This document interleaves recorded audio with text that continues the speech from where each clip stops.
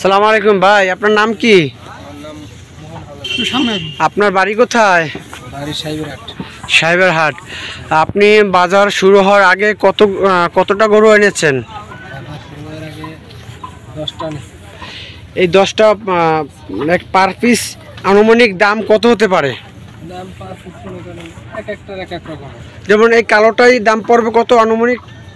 মনে করেন 110 বেচা লাগবে, 1,10,000 টাকা বেচা লাগবে, নাহলে আপনার ব্যবসা হবে না।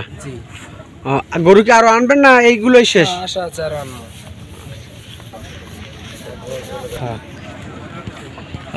চরমনাই গরু বাজারের প্রস্তুতি কার্যক্রম চলছে। আগামী বৃহস্পতিবার ধারাবাহিকভাবে কোরবানির উপলক্ষে গরু ছাগলের বাজার জমজমাটভাবে জমবে ইনশাআল্লাহ।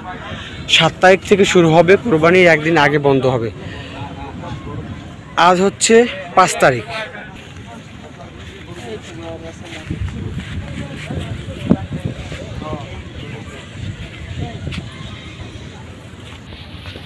তোমার নাম কি? আমার নাম কায়ুম। বাড়ি কোথায়?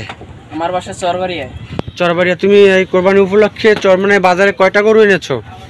আমরা গরু আনছি গেছে বৃহস্পতিবারে 10টা আনছি, তার থেকে একটা বেচা হয়েছে, এখনো 9টা আছে। 9টা আছে। আচ্ছা, তুমি এই যে গরুটা হাত দিয়ে ধরছো, এই গরুটা এই কোরবানিতে কত টাকা হলে বিক্রি করবা?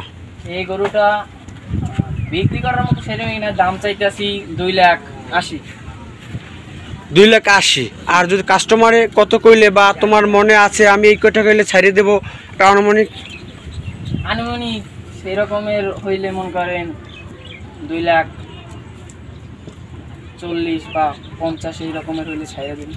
কি মনে করো গত বছরে কোরবানি এবছর গরুর দাম কেমন, বেশি না কম? গতবারের চেয়ে এবার কোরবানির গরুর দাম অনেকটাই বেশি, যেহেতু আমরাও বেশি টাকায় কিনতেছি আর বিক্রি করতেও হইব বেশি টাকায়। এই সেক্ষেত্রে কি বড় গরু কি মার্কেটে চলবে? অবশ্যই চলবে।